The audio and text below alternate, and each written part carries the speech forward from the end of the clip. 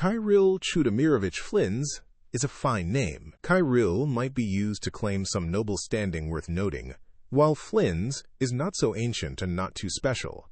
All the better to claim mere coincidence should anyone notice some shared nomenclature.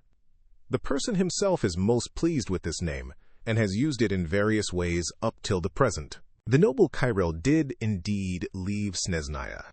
The wise believe that there is nothing new under the sun, and tales of nobles choosing self-imposed exile when powerless to change the political picture are old hat indeed. To say that Kirill has lived twice is no boast either. If one views sleep as death, and awakening as new life gained, this too is nothing new. His slumber began in a corner of a distant land. His self-imposed exile had set him free, and having lost his anchor, he traveled southward along the railway, through endless snowy plains, through prosperous towns, and across desolate frontier lands. He was without a care.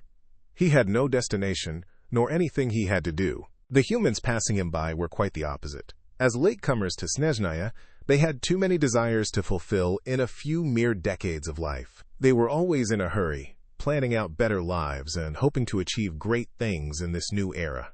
But Kirill had long felt that he might not belong to such a time. It was under the lighthouse on a small isle that Kirill the Azure Flame found his destined tomb, though one might also call it a bed to his liking, or a most lovable coffin. He had never intended to end his own life, merely to casually toast this monotonous world once, then go to sleep. He recalled the cocktail parties of yesteryear, of his noble colleagues gathering to discuss some passé questions.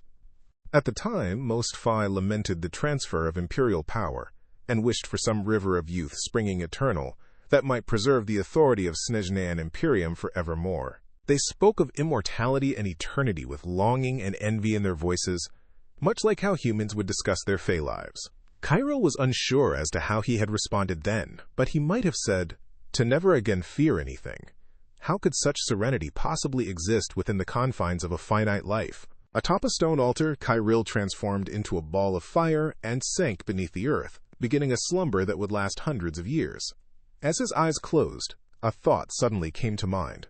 If he never returned to the mortal realm, and instead stretched himself infinitely within his finite time through self-imposed exile, then this sleep would become eternity.